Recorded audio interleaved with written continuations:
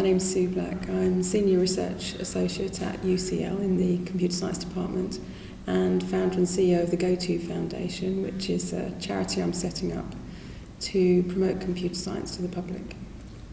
Computer science, I think, is the most important thing around us today. I think a lot of the time it's hidden, so most people don't think when they go to the cash point that they're interacting with a computer, but they are. Don't think really when you go to the supermarket that you're interacting with computers there, but tills are like computers basically. It's all around us. It flies our planes, it runs our washing machines, there's software in our cars. It's just everywhere around us, and even things like getting food into supermarkets, all that logistics, it's all run by computing. And if we didn't have computing, we'd have very different lives. We wouldn't have our mobile phones, we wouldn't have all of these things. So it's really, really important, I think, for people to understand that and to see computing as a positive thing, because I think sometimes when you talk to people about computing, they, in my experience, sometimes talk about their PC doesn't work, or big government projects, IT projects that have failed and lots of money's been spent on them. So those things exist, but to me the most exciting thing about computing is it's all around us. It's improving our quality of life, and it has been for the last 30 or 40 years. But the thing is, when it works, it's invisible. When it doesn't work, you see it, and I think that's one of the issues that I have, really, and it's one of the reasons why I'm setting up the GoTo Foundation, which is a charity which is focused on promoting the positive way that computer science benefits our lives. Because I think if people understood that and saw it, then they would appreciate that too. And of course, lots of people do understand that, but I think I want everyone to know that and to appreciate it.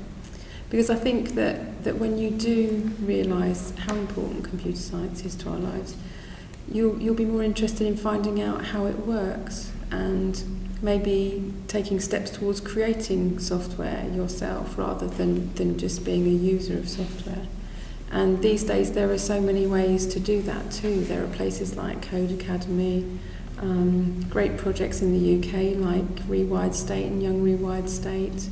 There's lots going on all over the place, and one of the main things that the GoTo Foundation is going to do is to bring together, to provide somewhere that brings all those resources together, that gives everyone a place to go to find out more about computer science.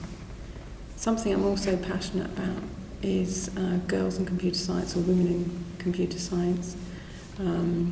Being a woman in computer science myself, of course I've got a vested interest, but also I think it's better for everybody if more girls and women are involved. If you think about all these things that I've been talking about, if they're cash points, cars, washing machines, all of this stuff around us, if the main people producing these things are men, they're going to be produced from a men's point of view, and I think diversity is really important. If we want to have women's wants and needs addressed as well, then we need more women producing the software, the design, being part of that process to make sure that it meets women's needs too. So technology, computer science is changing our lives. It really is. You can see it all around you. Our standard of living has been raised in various ways. If you look around you, you see things happening, especially recently with social media. You see stuff like the Arab Spring, with people blogging, tweeting, using Facebook to get the message out. That just couldn't have happened a few years ago. So there are lots of disruptive changes happening. And of course, some of those may be negative and some positive. So with the Arab Spring, it's amazing how people that were reasonably disempowered managed to take power by working together. And one of the great things about that is that you don't have to be in the same place as somebody anymore, to connect with them, to make change happen. You can be anywhere else in the world because we've got the internet, and you can connect through the internet. You can connect to people that are like-minded, and you can change your lives. You can change your lives for the better. So there are lots of exciting things like that happening around the world. We need to keep up with the change that's happening, because if we don't, we lose the ability to control our lives, I think. Things are speeding up. Everything's speeding up. The rate of change is speeding up. Technology is advancing. It's advancing in ways that we can use to make the world a better place. But we need to understand it to see how to do that.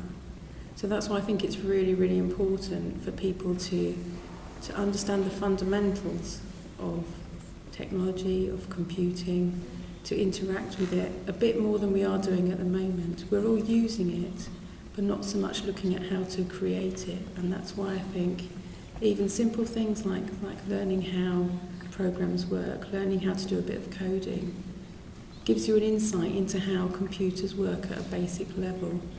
And I think that's really important.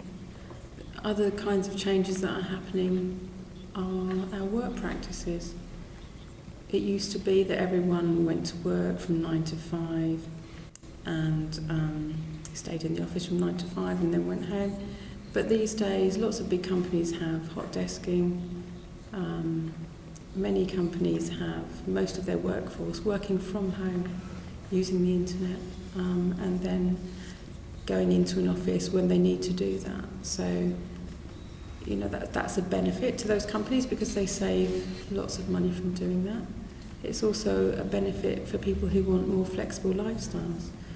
So maybe people who've got kids and can't be in an office from 9 to 5. There are lots of opportunities that come from using technology now. I first went up to Bletchley Park probably around 2003. I went there for a meeting representing BCS Women, the online network for women that I set up in 2001. After the meeting, I went for a walk around and met some amazing people rebuilding the bomb machine. And had a great conversation with them, found out that more than 10,000 people worked there, and more than 5,000 of those were women. So, being a great fan of women in computing, I was, kind of brought in, excited straight away, wanted to know more, and went away that day wanting to raise the profile of the women that worked there. So, after some time I managed to raise some money for the Women of Station X project, which was to highlight the contribution of women that worked there through oral history of interviewing the women that worked there. And at the launch of that, the director of Bletchley Park, Simon Greenish, said that if they didn't get some more money from government or elsewhere, they might have to close because their main funding came from gate receipts, and if visitor numbers dropped, they might be in trouble. So I kind of went away thinking, well, that's not right. This place that the work done there shortened the war by 2 years, and 11 million people a year were dying, so potentially saving 22 million lives. Also, the birthplace of the computer, Colossus. How on earth could we let somewhere like that close down for lack of funding? So I went away again from that, thinking I've got to do something about this. I was head of a computer science department at the University of Westminster at the time, and there was a petition on the number 10 Downing Street website asking people to asking the government to save Bletchley Park, to give them funding. So I emailed all the heads and professors of computing in the country saying, please sign the petition, this is a disgrace, we need to do something about it. And within a few hours, many of the famous heads and profs of computing from around the UK had signed it. So that kind of gave me confidence to carry on and start what became a campaign called Saving Bletchley Park in 2008. And so I went away from that and We wrote a letter to the Times, which got published. Contacted Rory Keflin-Jones at the BBC, so we were on BBC News and Today programme, and kind of interest in the area was building. But I felt that with using traditional media,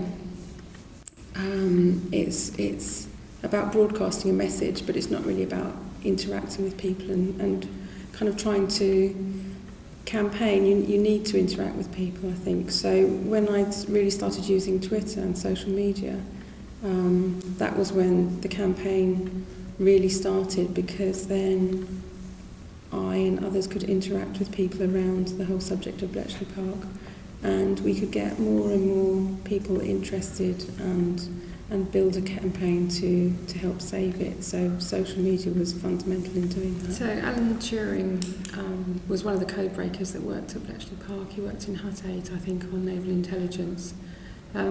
His contribution at the time was incredible, around the bomb machine and Enigma and code cracking, and it's dreadful to know the way that he was treated, considering that amazing contribution, and at that time having done such a great job for the nation and for world peace, really, as part of that, the team that were cracking Ultra at Bletchley Park. I think someone said that he was, the second most important person in World War II, or something like that. It was just a very fundamental contribution from him, and then afterwards to be treated so badly, to be persecuted and then prosecuted for being homosexual, which is ridiculous. But at that time it was a crime, ridiculous as that is. And he, after going to court, was offered either the choice of going to prison or chemical castration. He chose chemical castration and grew breasts, and it's just unbelievable that you can treat anyone that way, let alone someone who did such great things. So that was in the 1950s. This year, 2012, is the 100th anniversary of his birth. So this year is the Turing centenary year. And, hopefully more enlightened times, we're celebrating all the great things that he contributed. If you don't know about those things, Google Turing test, Turing machine, so many fundamental things in computer science that have his name on them for good reason. He's also called, I think, the father of computer science by some people. So a massive contribution to our world today. And there are thousands of events happening this year to celebrate his contribution. So do look out for them and go along and learn something. In 2009, a great guy called John Graham Cumming started a petition, set up a petition on the number 10 Downing Street website to asking government for an apology for the way that Alan Turing was treated, and did a great job, a massive campaign, loads of people signed the petition, and I think it was September 2009 Gordon Brown did apologise for the way that Alan Turing had been treated, so that's wonderful. A great recognition of his value and the fact that he hadn't done anything wrong at all. And this year there's now a campaign on Number 10 website asking for Alan Turing to be put on a £10 note. So if you haven't signed it yet, please go and sign it now.